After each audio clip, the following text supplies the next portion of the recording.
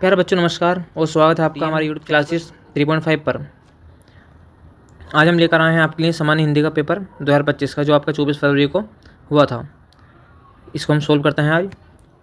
इस पेपर का कोड है 302HM। ये बेटा एक कोड होता है पेपर का, और इसके अंदर ये आपको 100 नंबर का पेपर हुआ था। 100 नंबर का पेपर हुआ था जिसके अंदर आपको समय दिया गया था 3 घंटे 15 मिनट का। ठीक है, चलते हैं पेपर की ओर। चलो। इसमें पहला प्रश्न हमसे कह रहा है, चंद छंद वर्णन की महिमा के लेखक कौन हैं? तो बेटा इसमें आपका सही उत्तर हो जाएगा गंग।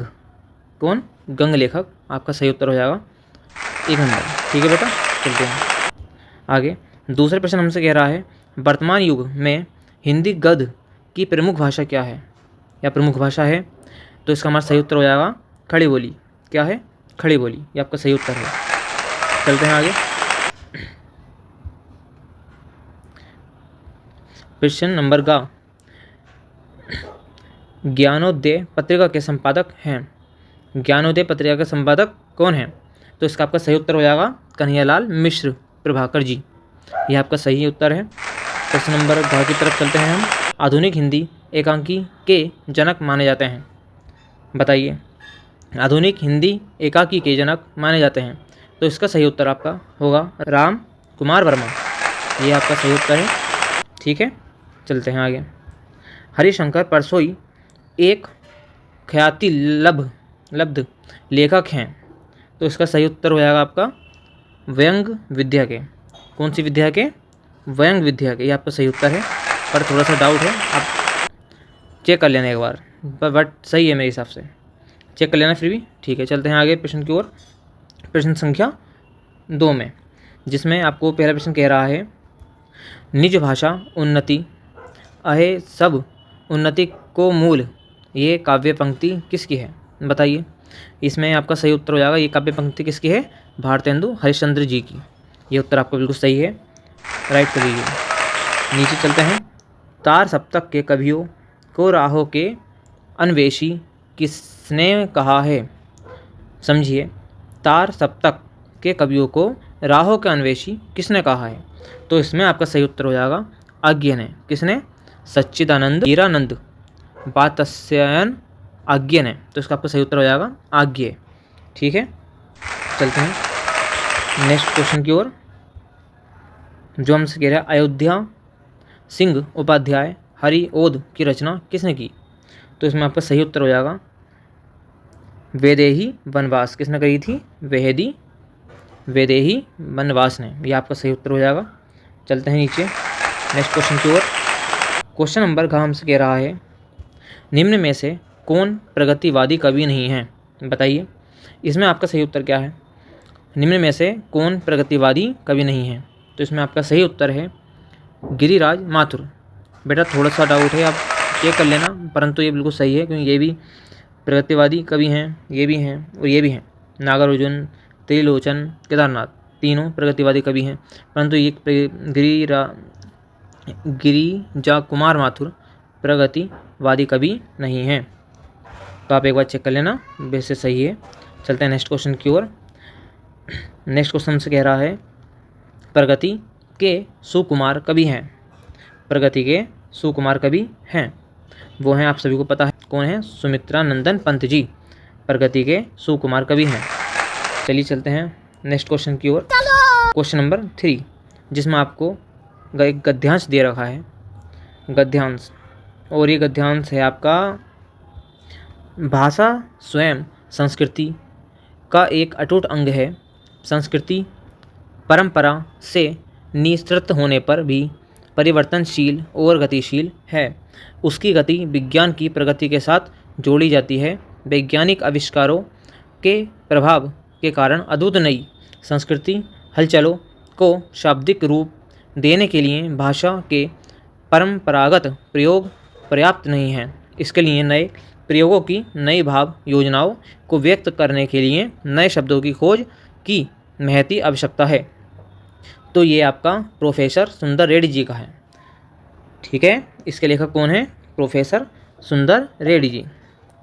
प्रोफेसर रेड्डी जी। ठीक है बेटा, ये आप लोग कर लीजिए, ये बिल्कुल सही है आपका उत्तर। ठीक है, चलते हैं नेक्स्ट क्वेश्चन की ओर।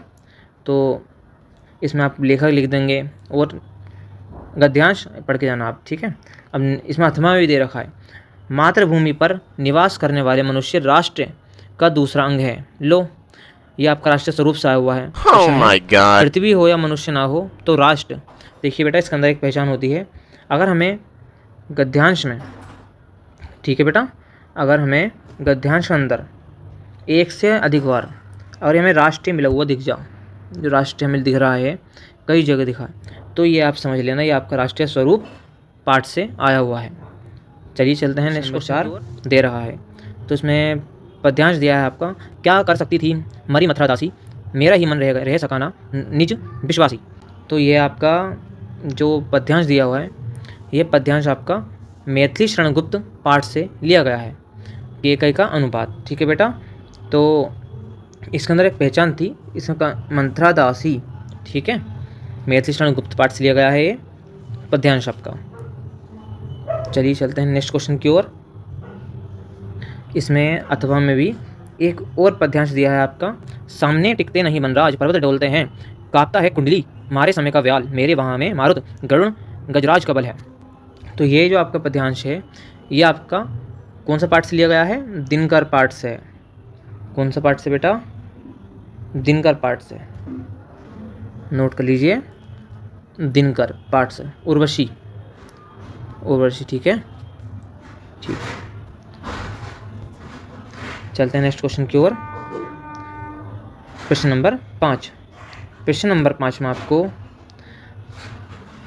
किसी एक लेखक के ऊपर परिचय लिखना है, उल्लेख करना है। निम्नलिखित में से किसी एक लेखक का साहित्यिक परिचय देते हुए उनकी प्रमुख कृति का उल्लेख कीजिए। अधिकतम शब्द सीमा 80 होनी चाहिए। कितनी होनी चाहिए? 80। तो आप तीनों आप हमारे यूट्यूब चैनल पर आप शॉर्ट तरीके से आप याद कर सकते हैं। हमारे यूट्यूब पर वीडियो हमने डाल रखी हैं, आप कृपया करके उसमें चेक कर लें एक बार। हजारी प्रसाद द्विवेदी, वासुदेव शरण अग्रवाल, हरिशंकर परसाई, बाकी मैं और आगे डाल दूंगा। ठीक है बेटा, ठीक। तो चलते हैं नेक्स्ट क्वेश्चन की ओर। खा, निम्नलिखित में से किसी एक कवि का साहित्य परिचय देते हुए उनकी प्रमुख रचनाओं का उल्लेख कीजिए। बेटा इसमें भी 3 कवि हमें दे रखे हैं, सुमित्रानंद पंत जी, रामधारी सिंह दिनकर जी, मैथिली शरण गुप्त जी। इन तीनों में से किसी एक के ऊपर आपको इनका परिचय देना है और इनकी कुछ प्रमुख रचनाओं के बारे में उल्लेख करना है। चलिए चलते हैं नेक्स्ट क्वेश्चन की ओर। प्रश्न संख्या 6। प्रश्न संख्या 6 में आपको दे रहा है, बहादुर कहानी का सारांश अपने शब्दों में लिखिए। और अगर आपको बहादुर कहानी का सारांश नहीं पता तो आप पंचलाइट को भी लिख सकते हैं। आपको 2 ऑप्शन दे रखे हैं, 80-80 शब्दों में। कितने कितने शब्दों में? 80-80 शब्दों में आप अच्छे से ये क्वेश्चन को भी हल कर सकते हैं। चलिए चलते हैं, और आपको इसकी वीडियो भी हमने यूट्यूब चैनल पर डाल रखी है। चलते हैं आगे प्रश्न नंबर 7 के ऊपर। प्रश्न नंबर 7 आपका बहुत आसान है। स्वपठित खंड काव्य के आधार पर किसी एक खंड काव्य का प्रश्न का उत्तर दीजिए। ये आपका स्टेट के ऊपर, मतलब आपके स्टेट के ऊपर से आता है। तो आप इसकी हमने वीडियो डाल रखी है मुक्ति यज्ञ की, आप एक पढ़ लीजिए, उसी के ऊपर आप 80 शब्दों में लिख सकते हैं। बहुत आसान शब्दों में हमने अपने यूट्यूब चैनल पर डाल रखा है। आप कृपया करके शॉर्ट वीडियो में जाएँ और वीडियो देखें और नोट कर उसको अपनी कॉपी में उतार कर याद कर लें। आपको कहीं ढूंढने की या भटकने की कोई आवश्यकता नहीं है, अपने याद कर सकते हैं हमारे यूट्यूब चैनल से। बाकी मैं और अच्छे से समझा दूंगा। ठीक है बेटा, चलते हैं आप नीचे। ये आपका स्टेट्स के हिसाब से आता है, ध्यान रखना आप। मुक्ति यज्ञ का आप याद कर सकते हैं, हम यूट्यूब चैनल पर पड़ा हुआ है, और बाकी मैं डाल दूँगा और इन्फॉर्मेशन। चलते हैं आगे नेक्स्ट क्वेश्चन की ओर। प्रश्न संख्या 8। प्रश्न संख्या 8 में आपको दिया गया है, संस्कृत गद्यांशों में से किसी एक संदर्भ हिंदी के अनुवाद कीजिए।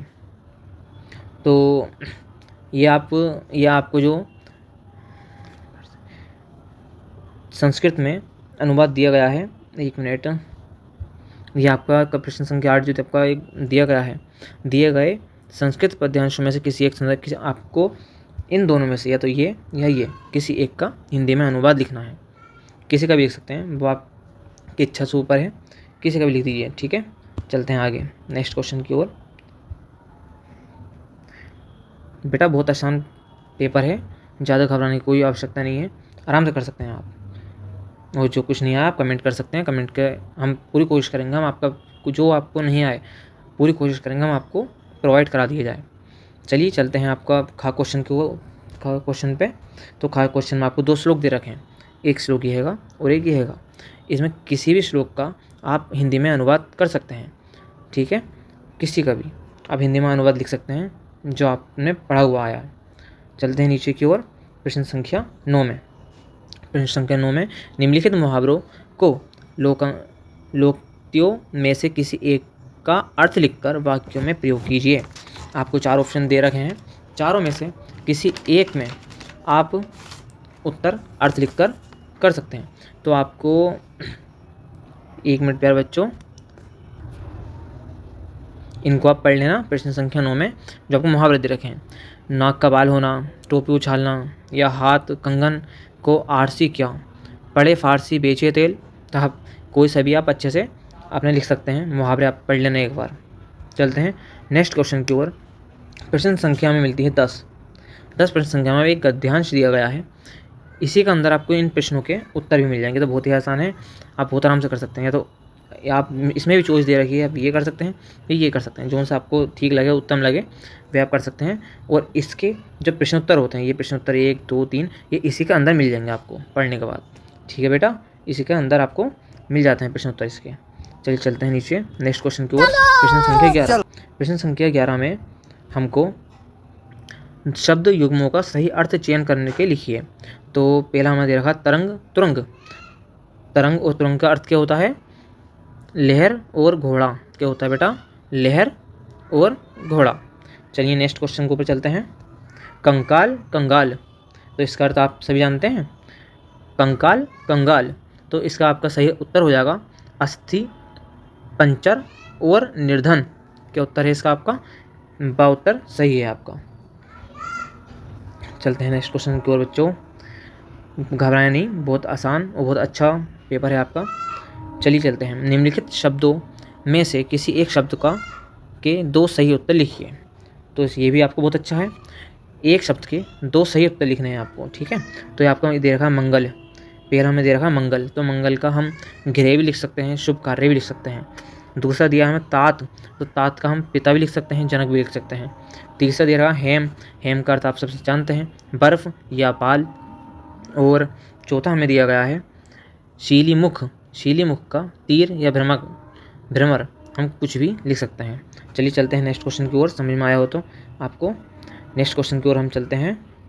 प्रश्न ग, निम्नलिखित वाक्यांशों के लिए एक सही शब्द का चयन करके लिखिए, ठीक है।